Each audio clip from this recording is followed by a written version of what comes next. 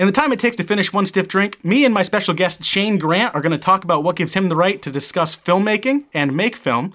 We're going to swap some stories about filmmaking a little bit. He's got the edge on me, without a doubt. And we're going to find out if drinking one stiff drink of alcohol makes you better at guessing song lengths. I got to figure out how to do that. So stay tuned for this episode of The Boondock Perspective, where class is optional.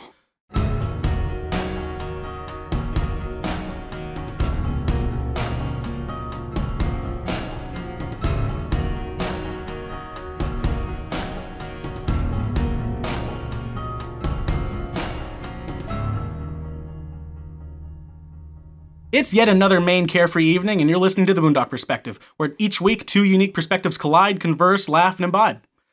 This week I'm joined by Shane Grant, unique and local filmmaker. Oh, thanks. You want to get a little bit of background about yourself so the people at home know who you are? I was born in Bangor, grew up in Brewer. Typical Bangorian, I guess, living in the shadow of the king. Shadow of the I always say the shadow, of the king. I always say we live in the shadow of the king. That's hysterical. I've never heard that before. It's just with the horror movies and everyone, they're like, oh, you must like Stephen King. It's like, well, I grew up in Bangor. We really just sidetracked. But I was on Google today, mapping a place for work. Yep. And Stephen King's house is on the map as a landmark. Really? Like if you're on Google Maps, it'll be like Duncan's. Wow. The school district, and it'll be like Stephen King's house. Well, judging by like the traffic back and forth, there were people stopping. Yeah. So I never came to Bangor much as a kid, but when we did, we usually stopped at his house. Right. Just to see it, which is weird. It's some dude's house. I was out there actually weirdly yesterday. I don't go out there very much, but I was filming a movie with my daughter, and we just had her walking right by the house because it is like you said, a landmark. It's pretty iconic in Bangor. Yeah. So, but yeah, it's always fun to like even just drive by and see the different license plates out there. You know, trying to get pictures of something that everyone has a million pictures of already. So. But yeah, anyway. Yeah, a little sidetracked. Yeah, grew up in Bangor. Kind of just obsessed with horror movies as a kid. Before it was cool to like horror movies. Just being a kid, you called fucking weird when you like zombies. Now every Tom, Dick, and Harry loves zombies. So I don't know if I kind of paved the way for that, but definitely the people that were making fun of me as a kid are probably watching The Walking Dead every Sunday night. Just kind of reading as much material as possible on filmmaking and special effects. Special effects was like a huge thing when I was a kid, before I was even interested in movies. It was Harry Houdini growing up was his magic tricks. And then I discovered Tom Savini and his book Grand Illusions, and how he implemented magic into movie making and special effects and misdirection. Someone loses a limb, they hide it in a hole, instead of actually nowadays where you'd wear a green screen sleeve and just computerize it, digitally delete it. We kind of go more towards the old school nowadays with our company, Sematary Theater. And I say our company because we are really just a collective of creative artists in Bangor. And there are tons of artists in Bangor. There are. It's weird. And to like kind of dial into that and finding musicians or woodworkers or anything like that and having them come aboard and help us with our projects is it's satisfying for everyone involved, because you guys are coming and creating something that is a little bit bigger than you. And when you have such a group of people that are invested in something, it's something that everyone can be proud of. I never say my movie or my this, my that. It's ours. It's always ours, because it takes a lot more than one person to make a movie. Love the perspective. It creates good vibes, man. I think that's something you find in Maine a lot more, is that sense of camaraderie, and this wasn't just me, this was everybody. I feel like groups of people, especially when one person's kind of like, hurrah, like allons-y, let's go into the battle together. Right. And he's got this field of people behind him. Yeah. We're very thankful for that here. We're very thankful to people around us who support us, and I think I've in my very limited amount of traveling and the people that I've met outside of here, it's lesser. You don't experience that very much, I think if you look at the Oscars, the producer accepts the movie, or wins the award, right? Because he's gonna go on it in his office. Yeah. At the end of the day, which is I guess that's just a bad habit that has been developed by people that don't, they create this $1 billion project after, theater sales and everything like that, and it just becomes something that is dollar signs. And we're kind of the opposite of that. And we come from, we made the original Sleep Eater for $100, shot it in 7 days. And someone came to me, oh, you're putting it online for free. No, we're going to go and put it on DVD. We're going to put it out on Bull Moose. We're going to sell it at conventions. We want people to see this movie. And we want to tell the story of how this movie was done. And we ended up selling almost 1,000 copies of that $100 movie that we made in 7 days. And that would be probably, I like to say Sematary Theater is the house that Sleep Eater built. Because no matter what projects we do from here on out, we have to go back and we have to remember why we started it, why we got into it to begin with, and what made us become who we are now. Because if you forget that in any way, shape, or form in this business, I guess you would call, then you're kind of losing track of why you originally did the things that you wanted to do. And it's not something that people can look back later on and be like, oh, we made these mistakes or we shouldn't have done that. If you keep going back and you keep having that same outlook that you had when you first started, then it becomes something that you're proud of more. I've made a lot of sacrifices. I think everyone can say that about, anything that they pursue that they love. And without sacrifices, that hard work really doesn't pay off. I don't know anyone that has done something that they would consider successful without sacrifices. Absolutely. Whether it be, time, relationships, anything that I've put film ahead of.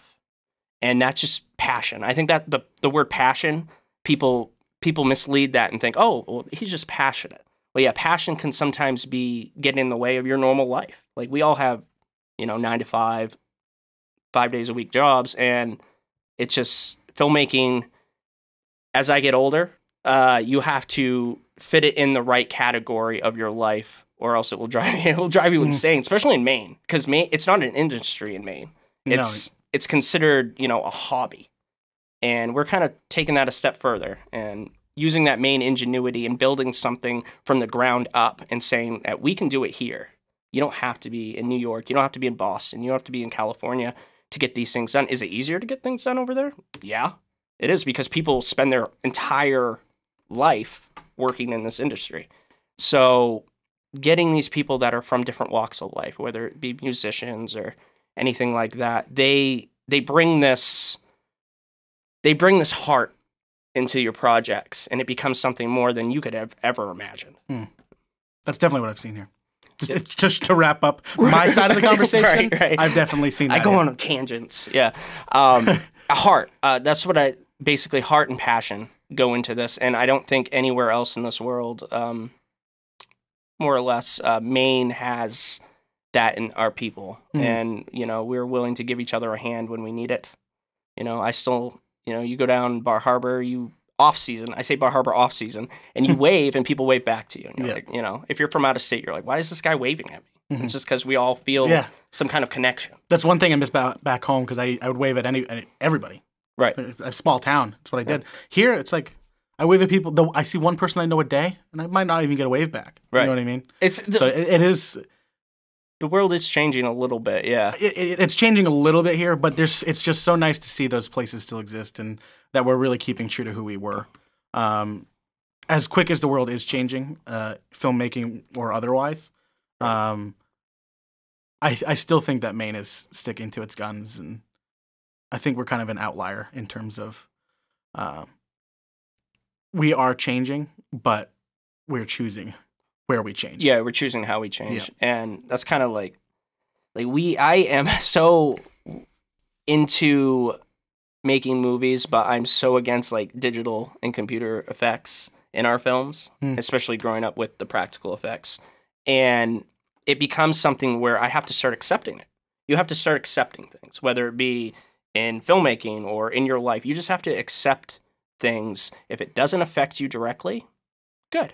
But as far as accepting technology in the film, that's something that I'm always constantly learning. I'll be 32, and when I was 22, the world was vastly different as far as technology goes. So we're traveling at like a freight train pace. You're probably still working DV. Right. Yeah, we were little mini DV tapes. Little DV tapes, yeah. Yeah. Because that's what I was in middle school. Oh, wow. Around then. Yeah. And that's what we were running with. Yeah, and nowadays everything's on like a little SD card. Yeah. Which are harder to lose. Or easier to lose. Easier to lose, but harder to break, I'd say. Right, yeah. I hope. I'm going to deviate a little bit from the conversation. Do it up.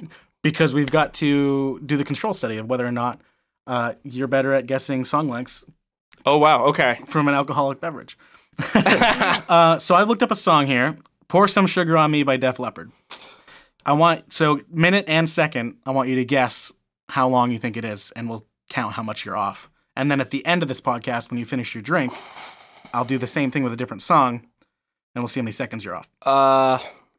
Before, I think it was 3 minutes and 48 seconds. 3:48? Yeah.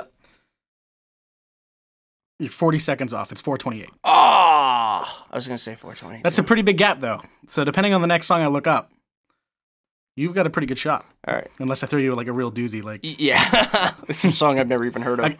You've never heard of Pour Some Sugar on Me? No, I have. Oh, I was like, oh, God. No, I would have chose a different song. Cool. So, again, before we move on, I'd like to do something a little bit different. I haven't done this on any of the podcasts before. When this airs, it's going to be between winter and October. So it's going to be between December and... It's going to be in November. The dead season. The dead season. So what is the beverage that winter is like famous for, specifically Christmas? Eggnog. Yeah. Eggnog. And eggnog, just too much of it. And what is the beverage that fall is famous for? Or maybe a taste in beverage. Everything and everybody likes pumpkin in the fall. That's right. You're good at this. So I picked up pumpkin spiced eggnog. Oh, yeah. It's orange. Like a pumpkin. It looks just like liquid pureed carrot. It's supposedly alcoholic. We'll find out. I don't know why I said supposedly. It is. 15% alcohol by volume, 30 proof. I'm not going to pour too... Hold on. We need to appreciate that. The glunks.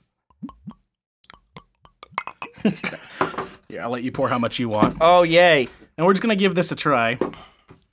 I'm vastly allergic. No, I'm just kidding. I was like, dude, say something before this How much happens. you got? How much I didn't pour that much just because we do have a other drink here. Oh, yeah? And in case it's just disgusting.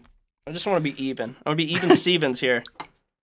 Oh, some's trickling. Hold on. I have a little paper towel. Oh, you do. See, you can't take me anywhere. That's actually one thing I've learned from like my favorite like shows, specifically live shows, is have paper towels available. Right. The small things. You try it? I have not yet. All right, ready? Sure. Let's give it a little cheers. Cheers. You know what? I realized that would have been better colder. I shouldn't have left it in the cabinet. That's wrong. It's eggnog, but then there's something else in it. I don't know what it is. If I didn't know it was pumpkin. The taste is like it smells like pet food. Oh. Ugh. I hope they're not sponsoring. No. Who is this? Can we do a reverse sponsor? Right. Probably not. Probably not. Don't buy. Don't buy this. Beep. I mean, it's okay. I guess if you like pumpkin stuff, which I'm not a fan of pumpkin. No. Yeah. And that didn't work. No. That didn't work for me, guys. I would say sweet, but it's not sweet. No. Nothing about it's sweet. What is it? It's bitter. It's like the beginning part of a Sour Patch Kid without the end part. Right. It's just sour. Just sour and bitter. Just straight sour. Yeah. Anyway, we'll come back onto filmmaking. We met through a mutual friend, and we swapped discs. That's pretty much how our we did swap discs. That's pretty much how our relationship. It sounds started. weird. Did you ever watch it? I did a little bit. Yes, yeah, I did. So that's what I was gonna say. Is I did a little bit. A little bit. That's usually so I'm happy how we're both in the same boat. We like respected each other enough to say, "Okay, I tried it."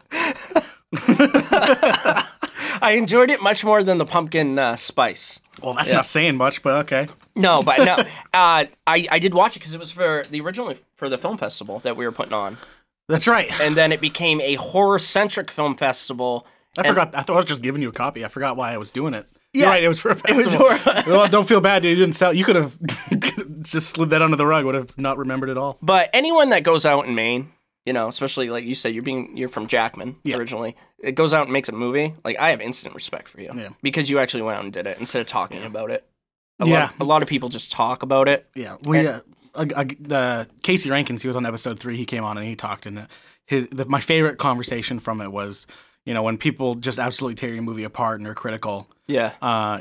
You just say, "Oh, well, let me see what you did." Right. Let me see what your movie looks like. Yeah. And like, they don't got one. They don't have one. So it's like, I watch a lot of movies, so I know. Yeah. Yeah. It's just like you didn't. Yeah. But just going, and that's a common occurrence actually too. Is just people are like, "Oh, well, if I had the money, or you know, if I had the right actor," and it's like, "Phooey, phooey." It doesn't matter, you know, who you have. Get someone that's not an actor. Put them in front of the camera and tell your story. You're telling stories, and you're only going to learn by your mistakes. So failure is not really failure. If you think about it, you're just kind of practicing. Did you watch my first episode? It was called Failure? Failure, it was. And learning from failure? Where were you? No. So yeah, I completely agree. You know, there was my first film was a 45-minute thing, which I learned is a terrible time slot. It's like purgatory. It's hard to get in to any festivals. Yeah. It's like, oh, we do full lengths or we do half lengths, and it's like, I'm not either of those. Right. We do full lengths or we do 30s and 30 and under, and it's like, well, what, are you supposed to cut your movie? Well, no. What the hell? Yeah. Cut 15 minutes out of it. So that was my biggest mistake I think I made. But I look back on it. You know, I made it I started it junior year of college, and I finished it when I was a senior. You know, it was like a 14, 15, 16-month project. Right. All the money was raised through like bake sales. Yeah, and, which like, you told drives. me about that, and I was just like, that's so creative. Like, that's the kind of like ingenuity that I think that we, you know, I don't know if it's just a Maine thing. I like to say it is, but like kind of our mindsets and just like, how can I raise money? And I was thinking like, you know, bottle drives, things like Jeez, that. That's loud. What the hell? You know, bottle drives or, you know, like you said, bake sales. Just like those things that... Yeah, we're just 3 grown men selling cookies at a gas station for like 6 hours. Help us make our movie. Yeah. And enjoy this, you know, peanut butter cookie. I'm one of those people, so like I have a really difficult time, and I don't want to bash anybody. I don't want anyone to feel like I'm throwing them under the bus here. But I personally have a really hard time with like GoFundMe and stuff like that because there's nothing... I prefer it when somebody comes up to me and asks for money. Like if they're working for it, I'm much more likely to give. Like Christina's kid is doing Girl Scout cookies. So Christina brings the pamphlet into the office and asks us to fill it out. It's like, no, bring your daughter here. Let her come to my desk. Yeah. You know, or that appeal of the Girl Scout being there and being like, hey, buy, you know. I might buy like a box at the desk, but I'll buy like 10 if you come to my door. So it's the kind of same mindset as like when I do a GoFundMe is like, I don't want you to give me something for nothing. Right. Like your name at the end of my movie isn't good enough for me. Right. You deserve something. So I think that if I was to do like a GoFundMe or something, I would probably end up doing it like, hey, I'm trying to raise this amount of money. Here's what I'd like you to do.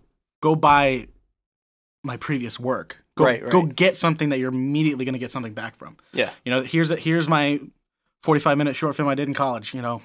$8 a disc, boom. It's like I'm making money that way, but you're getting something immediately. Yeah, you are, and you're showing what you can do too. Yeah. So same with the bake sale. You know, I was out there trying really hard to get it. And you say that, and that's one of our biggest things. We've had a few crowdfunding campaigns. We are one that we're just finishing up now, Chum, which is based on a Maine author, T.J. Washburn, his story, and that's our first adaptation of it. I just immediately came on here and bashed you for doing a public campaign. Oh, no, I'm fine. I can take it. I love criticism. I know, like, I'm not criticizing at all. There's definitely, like, if you're doing GoFundMe and you have a really good track record, and, like, you do things, right, I'll give you something. Right. But, like, the guy who's never made anything in his life trying to get money to, I'm usually a lot more skeptical about and they don't put anything on the page either. Like, they don't try to, like, they don't, you know. Yeah. But, yeah, we did that with Chum, and we ended up raising the money that we needed for the movie. Took us a year to make it, but we still, you know, got what we needed. And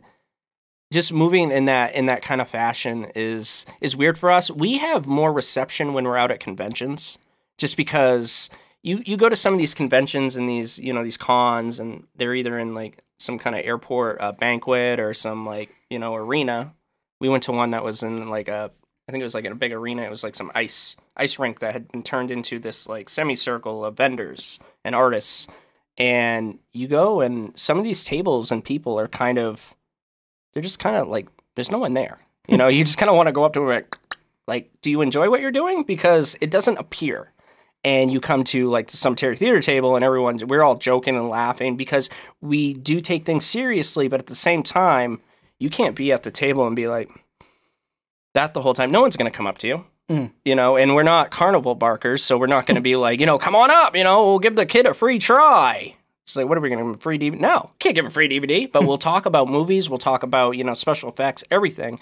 And usually people gravitate towards that as opposed to the, you know, the droned out, buy my stuff. And we've gotten very lucky with that, just being ourselves.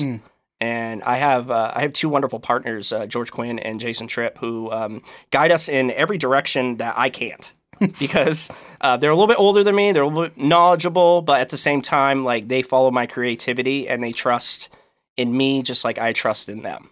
And they just know more about the business side of things, which if I was left to do it, I would probably be in shambles, because that's just not me. Well, you need a good team behind you. That's one thing I pride myself on as a producer. One of the things, there's several reasons I like producing, because I'm very good at organization and managing what is given to me and thinking outside of the box for solutions. And that's pretty much what a producer is. Right. But one of my favorite parts about producing is assembling the team. Right. At Cemetery Theater, you work with the same people like pretty routinely. We do. We're always welcoming new people in, but we do keep track of the people that have helped us before, and we always have a spot for them in the future. So definitely the same for me. Like, reputation is everything to me, and if I worked with you before and I know how you work, like, you're in for like ever. Right. If you're good, if you were good the first time, and you can hold up the work ethic. But I have a lot of connections. You know, I know a lot of shooters. I know a lot of grips and gaffers and the lower tier people, and I know a lot of creators and, you know, the cooks that belong in the kitchen. Right. As a chef. So it's cool having all these connections and you saying, well, I can't have 17 directors. I need to choose my director. I can't have 55 grip. I just need one grip. Like, who do I choose to help? And every time I've had a production, whether it be my web series, which was like a mockumentary, or my 45-minute thriller, I think it's not that thrilling. I'd call it a thriller. I'd call it a thriller, right? Looks like a thriller. They're different crews, right? Because it's a different movie. Like, some of them for the film, we were 2 weeks in the middle of January and blizzards and really cold weather at night, and we're all buckled down in the same building for the whole 2 weeks. Oh yeah. So it's like you need people that are gonna have good morale, are gonna get along, aren't gonna like start fights, are like gonna be compromising and have good communication. Yeah. While also on the downtime, because you work 12 hours a day, can enjoy themselves and don't come home exhausted and can like laugh and joke around and watch a movie. Exactly. Yeah. But then when they're on set, they need to be like dead. Like, they need to get their job done, because it's like we have a finite amount of time to do. Finite amount of time to do this. Whereas the mockumentary, it was the completely different crew. I want everyone joking around on set because it's going to help aid the script. Yep. It's going to aid the actors are comedians. I need them aided and feeling their creative juices flowing. I allowed things to take longer.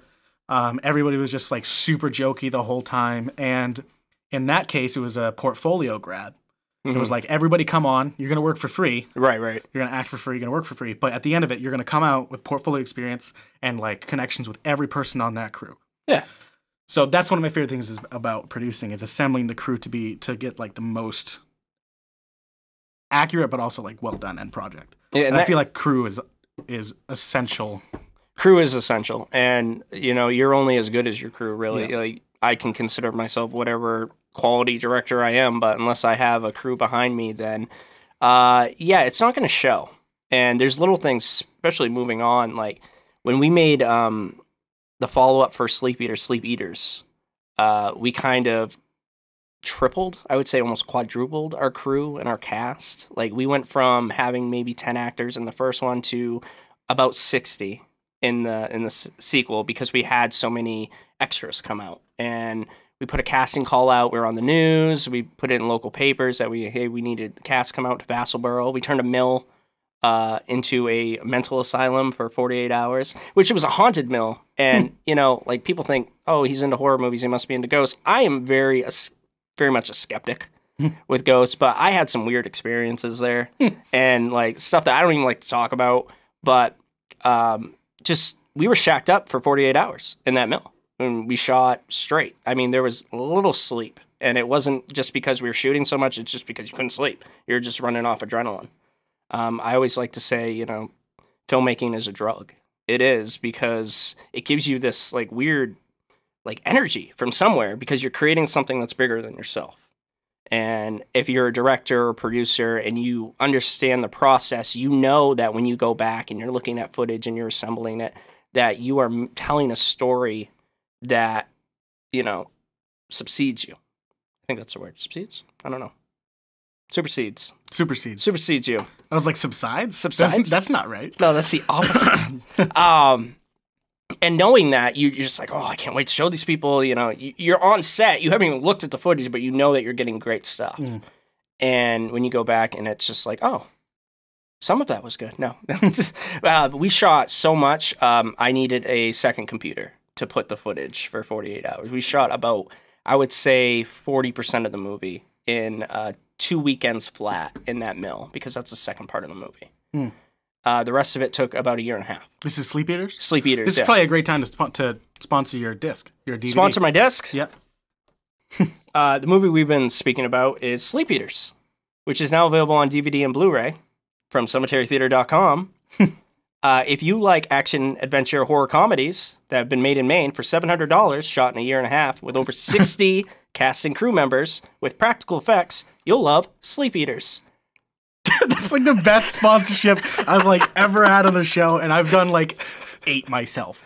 But I never like, you were like, oh, how am I gonna do this? Right. And then you come out with like this like 15-second, do it. Gotcha. That was great. Perfect. You can talk about it a little bit more. So I'd like to learn a little bit more about Sleep Eaters. It's one of the reasons I have you on the podcast, because in my personal, I'm going to end the sentence there. Personal Jesus. No. I don't like horror movies. I have a really hard time with them. I know, so I'm like, how do I do this? But I think they're super interesting. Mm-hmm. I love doing research on horror movies and being like, oh, that's cool that's how Hitchcock used chocolate syrup. Hershey syrup. Yeah. As blood. You know, it's just all these little things. I love the stuff about horror movies. The creativity, How Werewolf in London was like, you know, they never showed the monster like the whole time. Right. And it's still like the most scary thing ever. I always find horror movies and how they're shot and how each one is shot differently super fascinating. Mm-hmm. But at the end of the day, I'm not like an adrenaline junkie. Right. You don't seek them out. I don't seek them out. I will watch them, but I don't seek them out. So that being said, educate me about this movie without ruining the plot. Oh, geez. Or spoiling anything. That's the thing about the movie. Like, I literally say it's an action, adventure, horror comedy, because it's all these genres, like, just thrown in a pot and kind of mixed up and melted. And it comes from my kind of, like, me trying to basically do a bunch of things at the same time, which I knew that if you're making a low-budget movie, you need to stick out. You need to be a little bit different. You can't just go and just make like an average, like, horror movie, especially when it's a follow-up to something that, you know, is called Sleep Eater. So, normally, you know, you see a movie called Sleep Eater and you're like, okay, this movie's not going to be taking itself seriously. I hope people realize that, because you're like, oh, I'm going to go see Sleep Eater and it's going to be this, you know, Kubrick epic. And it's like, no, it's not. But we got to work with amazing actors. We got to do some legit drama with some really, really talented performers that I've always wanted to work with, and giving them the script. You give an actor a script and you're like, okay, either they're going to love it, they're going to hate it, or I'm never going to find out because they're going to read my message and never respond, which seems to be a thing nowadays. Yeah, that's big. But I was so lucky, and everyone that I sent the script to was like, yeah, I want in. I want in on it. And it's just because no one's really doing it in Maine. And to take, you know, Jason Tripp plays the lead, and Jason is part of our collective. And to take his character from the first one and move it into a bigger role, which is, I consider it more like the drama part of the script, as far as like the westerny kind of feel. There's like a shootout and everything like that, but it harbors back to some of my favorite horror movies, like Return of the Living Dead, The Doctor, that runs the mental asylum, whatever. His name is Dr. O'Bannon, which is after Dan O'Bannon, who wrote Return of the Living Dead. And, you know, people are like, oh, it's a zombie movie. I'm like, it's not really a zombie movie because they're not zombies. They're not dead. You can kill them anyway, but they're just sleeping, and they're hungry when they're sleeping. And it was literally based, the first one was because I was a sleep eater. I still am.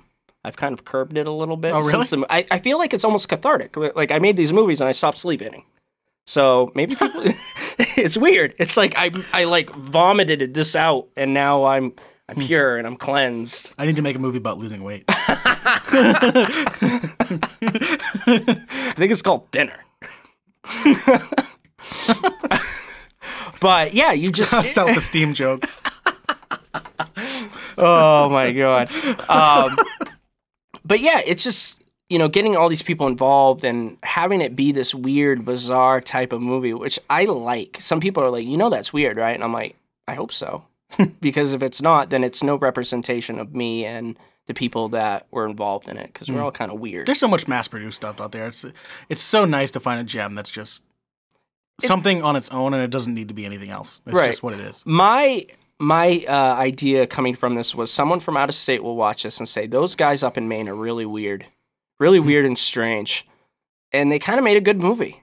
And like, if they walk away like that, then I'm happy. I'm literally happy if people watch it and they hate it. We had a group on YouTube review our trailer, and I'm not gonna say their name because they're pretty prominent as far as like on YouTube horror presence, but somehow our $700 movie trailer sneaked under their radar and made it into, you know, between like Sharknado and all these big budget movies, and they reviewed it and they tore apart the trailer because they thought it was this kind of, you know, over $100,000 film that was being made by this big production company. And I watched it, and, you know, the first time I was kind of mad because they were tearing it apart. And then I watched it again. I'm like, you know what? We tricked them. Like, we flew under their radar, and our hits on YouTube and the response, people will seek out a movie just because they think it sucks. And then they watch it and they go, oh, this is actually a pretty decent movie. And you could tell the love and the passion and the heart that goes into something like this, because without that, the movie would have been anything. But yeah, going from a 30-minute short film for $100 and then making a 100-minute full feature length for $700, and then using the same avenues we did before and putting it out on Blu-ray and DVD, and just letting people see it is the most important thing. And it's not about money either. It's really not, because if we were doing it for money, we would not be here, because we wouldn't be making a dime. Every little bit of money that we make, whether it be selling DVDs or T-shirts or anything, goes right back into the productions. So would you say, this is a good question, actually. This is when I sent you like a little topic point list, right? I had a question on there that I didn't know if it would come up naturally. And I'm really happy you mentioned that, because one of the biggest things for me on all of my ventures, between my amateur filmmaking, this podcast, my side business, my biggest thing is, I'm going to invest in this. I'm going to sacrifice for this, but I need it to be self-sustaining. I don't need it to be profitable. Right. I want it to be self-sustaining. So is Sematary Theater, it sounds like it's self-sustaining. Your money goes back into it, right? So yeah. How do you get to a point where you're self-sustaining? Like, that's an ambiguous question, right? But you got to keep going. You just got to keep going. You can't take no for an answer. You got to just keep that train moving. And, you know, you'll have people that tell you, oh, you're not doing this right, you're not doing that. Yeah, well, listen to what they're saying, but also, you know, you'll feel it in your heart. You will, if you're doing something right. If you're pursuing a project and you're like, well, you know, we just had success with Sleep Eaters, so we're going to make a movie that's going to be $50,000. We're going to go out and we're going to get actors from California. No, you can't do that. Like, you got to be a realist. And I always say that, like, we love the success that we've had, whatever way you measure that, but we're realists. And you can't live in Maine and do this kind of thing thinking that you're going to be the next, you know, I say Stanley Kubrick because I just picture him as like this masterful filmmaker where every little shot was purposeful. And took 100 takes. And and you say 100 takes too, and that's one thing that with less money, and it's a realist idea. With less money, you have less time. You are using people's time that are working for free. They're not getting paid.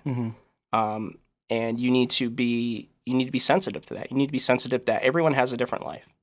People have kids, people have jobs, people have a lot of stuff going on that they might not even have to explain to you, nor should they. If they are donating their time and they're donating their art, and I consider that like actors. Actors like, well, I'm not an artist. Well, you are. You're a performer. And we have people in there that are seasoned theater actors and people that have never acted before in their life. And they're in the same scenes, and you can't really tell. You can't tell. I've had that experience as well. And it's astonishing because everyone's like, well, I'm not an actor. And it's like, well, can you lie? It's like, well, I can. And it's like, well, then you can act. If you can bullshit, you can act. And we've been very lucky, and maybe it's persuasion or anything, getting people behind camera that have brilliant faces. I love faces. Like, I remember growing up and watching Westerns and looking at some of their faces. I'm like, wow. I was like, I don't know if this guy came off the lot or if they just picked him out in a crowd and like locally, because faces to me in this day and age where everyone's so glossy and everyone's so plastic, where you're just like, oh, this person's playing a hardened criminal, but they look like they've never spent time in the dark ever because they're so tan and they're like perfect. Everything's just like Ken doll. And then you put someone that, is a fisherman from, down East Maine, you'd be like, put him in a scene, and you're just like, oh, that guy stands right out to me. He stands right out because I'd rather look at someone that looks real than someone that looks like there's some seasoned actor that, gets a manicure every 5 days.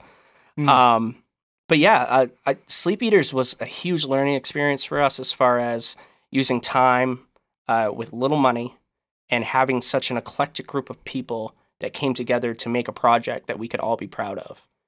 And I don't think I would change anything for it. The one thing that I would probably focus on is technical issues. That's the thing, is with little money, you have technical problems because your equipment might not be the best. And as we go forward, we're kind of inviting everyone that has watched us from the beginning of Sleep Eater to now and seeing how we evolve. The evolution of Sematary theater is always ongoing. Whether it, we're getting new equipment this winter. We're having a new camera, so you're going to see like an upgrade in quality and everything like that. So to us, that's something that we don't push. That when it comes to us, we invite it, but we also want to explain how we have done it. And a big thing for us too is how you make the things without little money. And we put documentaries on everything, on our YouTube, on our DVDs. Like how to. That was how I learned how to make films, basically. Like, I grew up during the DVD generation. So all those featurettes, or we would put in, like a full moon picture when we were kids, and then after the movie ended, there'd be a video zone. And they'd explain, they'd be like, oh, we're on the set of Ghoulies 2, and this is how we made the Ghoulies. And being a kid, I'm just like, wow. Like, this is so fascinating because it's all magic. It really is all magic, and that harkens right back to my love for Harry Houdini and Tom Savini. I feel like I'm getting off topic a little bit. No, it's good. I'm just listening, and I'm sure the people at home are listening too, because if they're here at this point, they love what you're talking about. I hope so. Yeah, they're gonna. Yeah, you better like horror films. No, I'm just kidding. Not like this guy. Yeah, I was gonna rebuttal, but I don't have one. It's just not fair. Yeah. Just moving forward for us, it's just learning from, and I won't say failures, learning from, things that we could have done better. And we're very open about that. Like I said, I love criticism. You can bash the movie. You can, put it on a party and drink with your friends and make fun of it. But that's what I did with the movies that I liked growing up. That, people are like, oh, what inspires you? And I name these movies, like, you name a movie like Sorority Babes at the Slimeball Bowl-O-Rama. What the hell did you just say to me? Exactly. Exactly. But that's a movie I grew up on and that I love. And it has like a near dear place in my heart. And people are like, oh, well, I understand why you make the movies you make. And it's just like, I want to make something that not only do I want to watch, but I know that in the time span that when I'm dead and gone, people will find this movie, hopefully somewhere online or some hologram video store that, is right in their living room.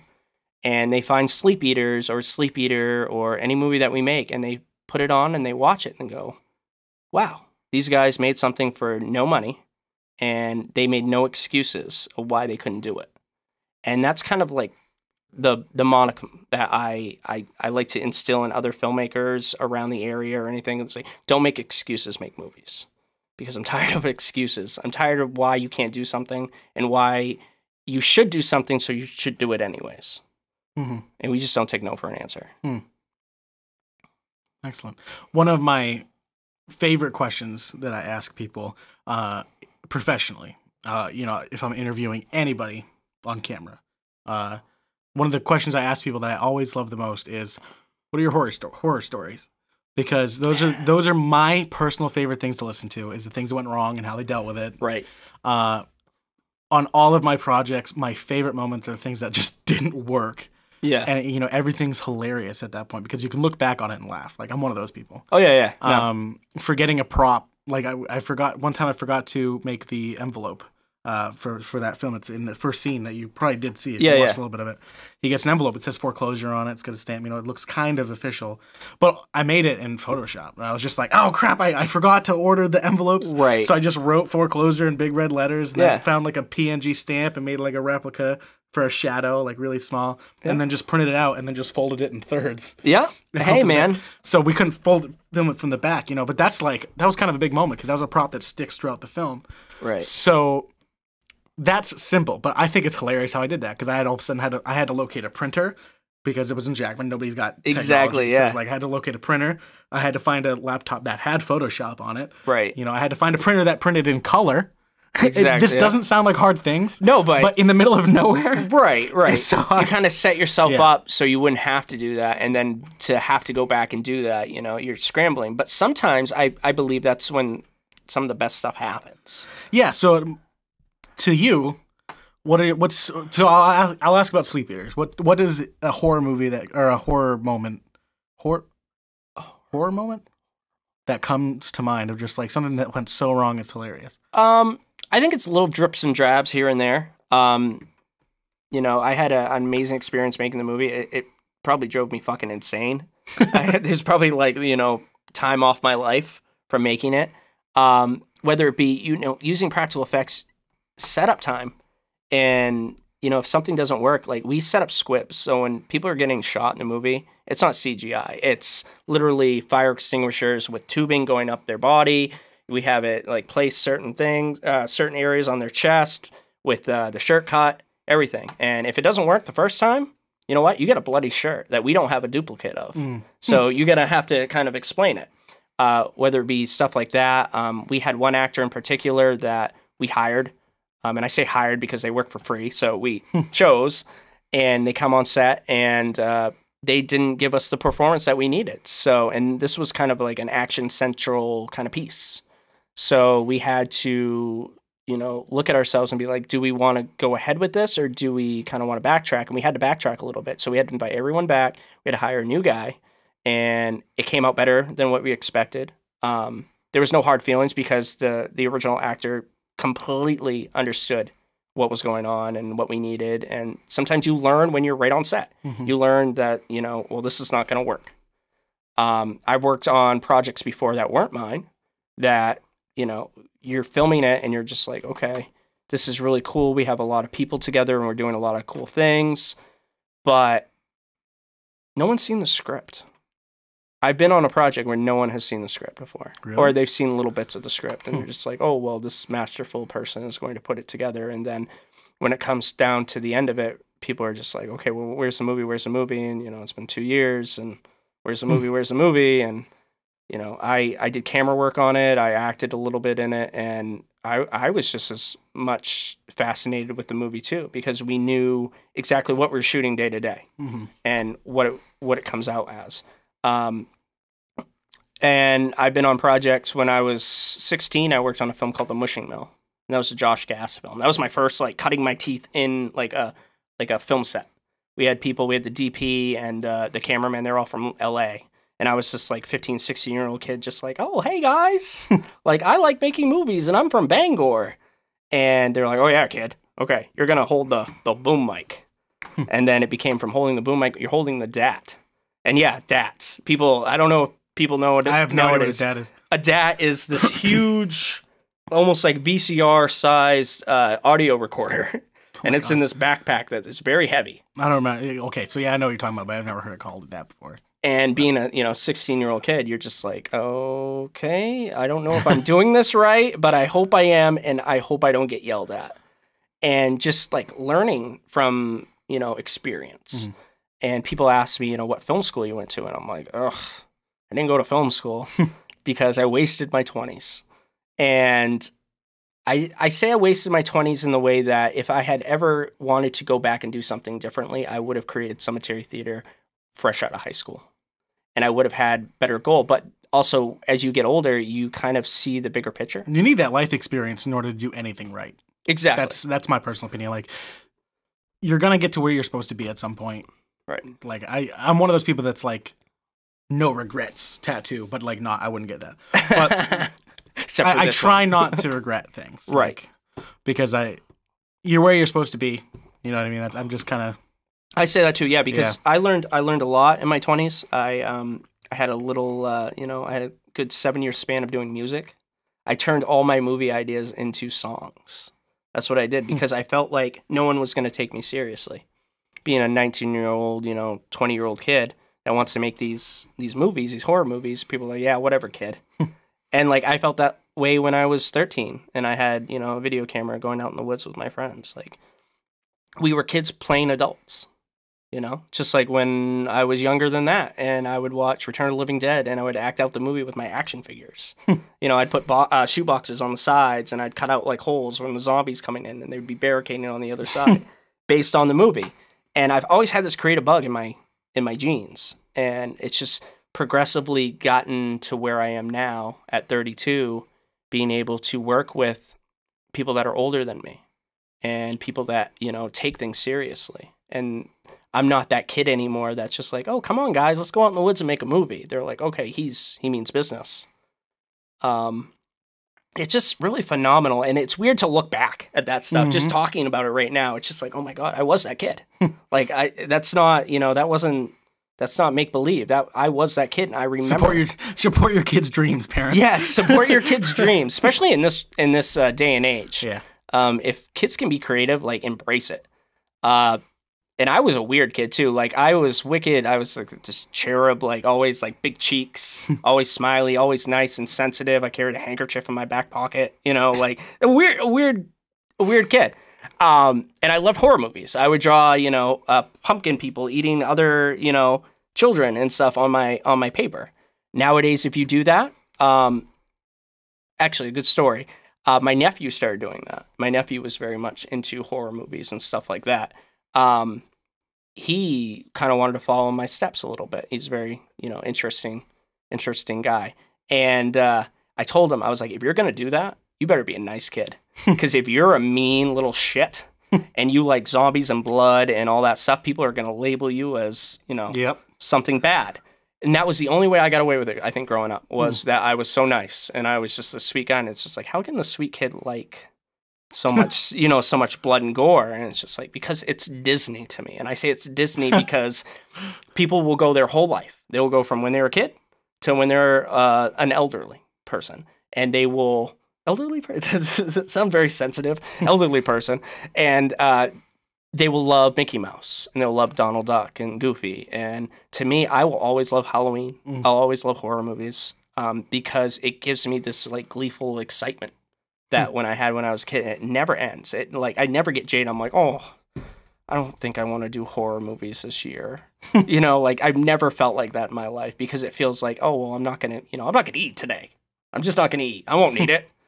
To me, it's just a fuel. It's fuel for my fire inside my heart to do these types of projects, whether they're, whether they come out good, whether they come out bad, or somewhere in the middle. They are something that comes from my heart. Filmmaking in Maine is pretty difficult. Seems like you've done pretty successful at it. You're self-sustaining, right? I'm in this very entry-level kind of position. I have high hopes. One of the things that's hard about Maine is there's no tax incentives. There is no. Right? No. There's not a lot of reason to shoot here. I mean, you look at a lot of Stephen King's movies, Pet Sematary takes place up the road from Bangor. Right. It takes place in Bangor. right? Right. It's called Derry, but it's based out of Bangor. Exactly. You know, and then there's Under the Dome was based in southern Maine, and they filmed it in Virginia. Right. It's like there's so many stories that would be great here, and very few reasons to actually film it here. Do you see that changing anytime soon? I really hope so. I really do, because it really bums me out every time that they do a movie that's supposed to be set in Maine. They do it in, British Columbia, do it in Nova Scotia. They do it right next door. It's almost like a slap in the face because of, tax initiatives. And if we just kind of got together and we kind of agreed on something where we realize how much money will go back into the state, whether it be from, catering alone. For, really, honestly, a big production. Catering's huge, man. It is. And people, that's funny. No, it really is. It makes a lot of money. Half of my budget when I did my film went to food. Yeah. Half of it. And it was $1,500, so $750 went to food. Exactly. To feed my crew for 2 weeks. We always say we're gonna have, ham sandwiches and cold coffee on our sets.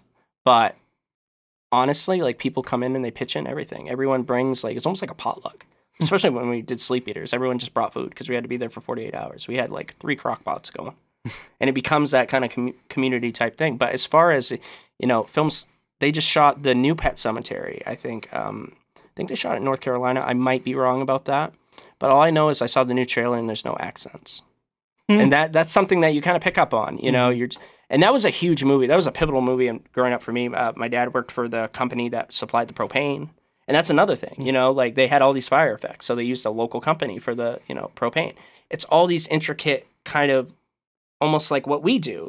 If we need something built, we have someone, from Hamden, like Rusted Raven Furniture or Michael Weston and all them. They will help us. They will help us design a set or something.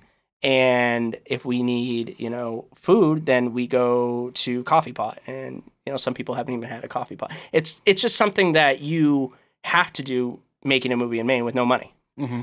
And if you think that, we're putting money back into Bangor in that way, because that's what we do in our everyday lives, if you have millions and millions of dollars to spend, that's going right back into, and not only that, but you're introducing Maine and everyone else to the culture of filmmaking.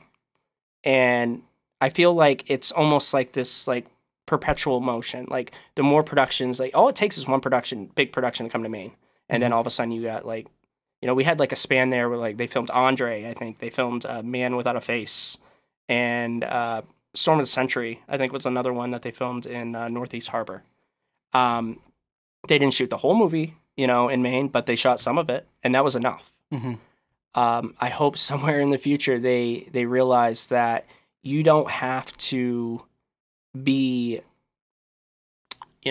sustained in the way that you're a Los Angeles company and the move to Maine is going to be so expensive. And that's what they're just looking at numbers. Mm-hmm. They're like, well, it's going to cost us this to ship this instead of like renting locally, finding extras locally. Oh, well, how are we going to ship, Tom Cruise out to Bar Harbor? Tom Cruise probably already been to Bar Harbor. He probably loves it. But you know what? He's not going to shoot a movie in Bar Harbor because he knows that the production companies, the producers aren't going to go for it. And it's really upsetting. It frustrates me. There's like an aggressive side of me that's just like, bring your fucking movies to Maine. Like, especially if you're shooting a movie that's based in Maine, bring it to Maine. Mm-hmm. Because you know what? We're willing and we're ready.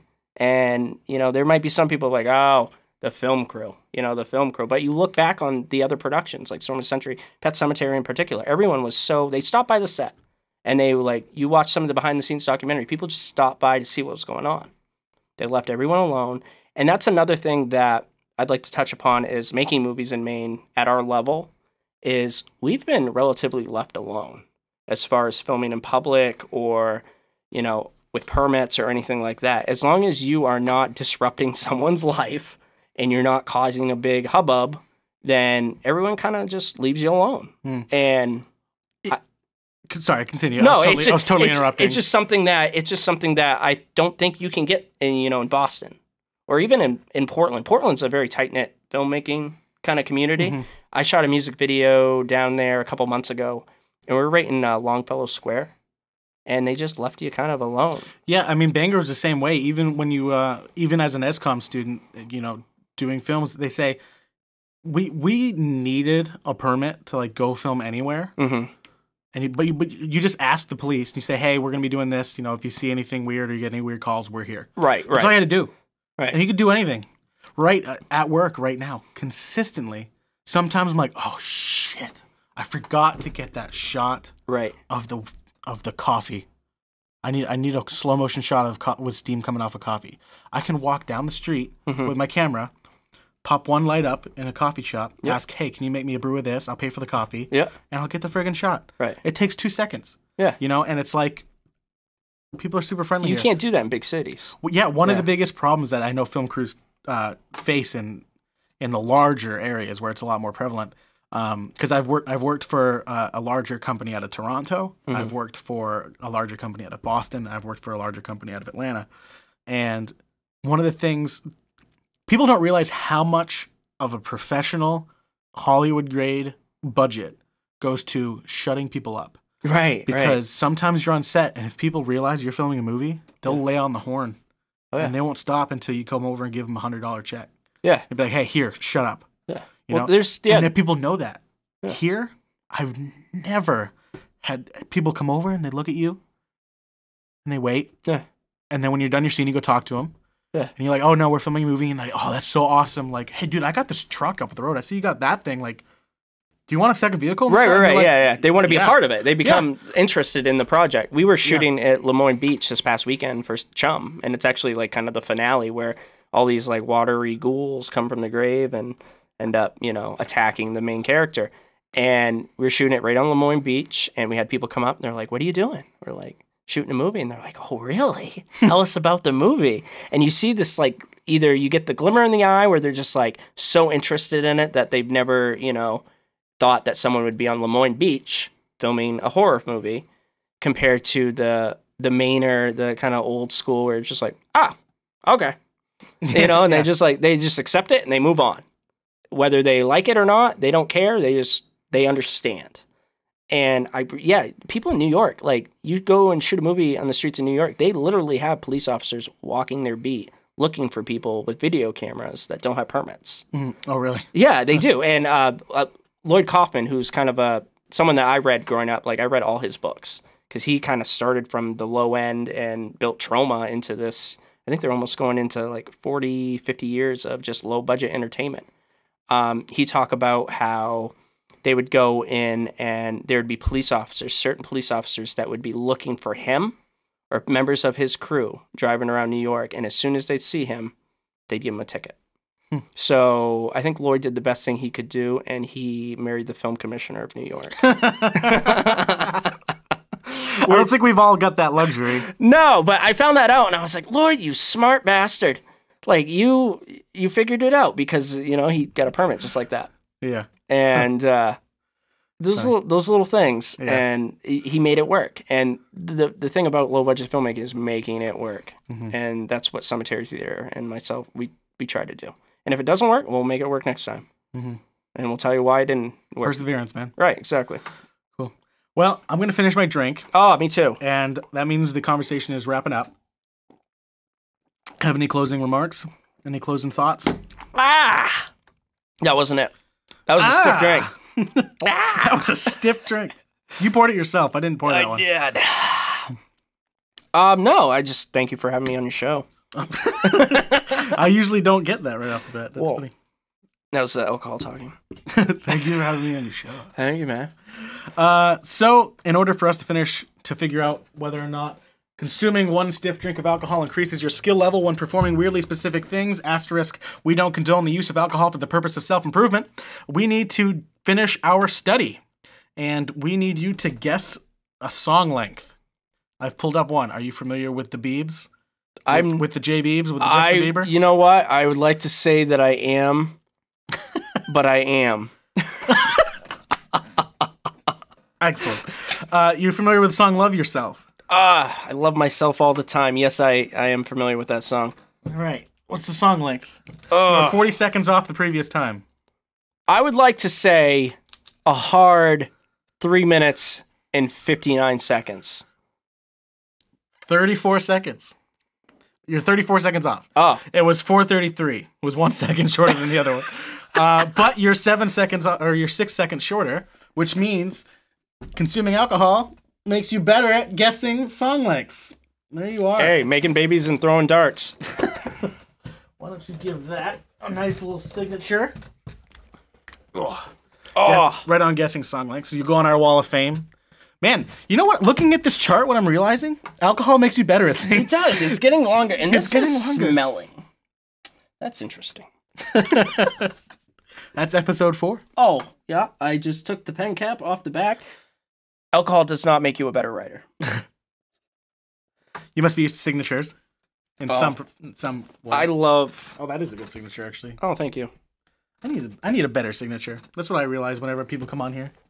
My brother's a welder. He's got like the best signature, and I'm like, what the fuck do you need a good signature for, dude? Probably. He's like, you know how many checks I sign? I'm like, I just picture him fucking welding his name underneath.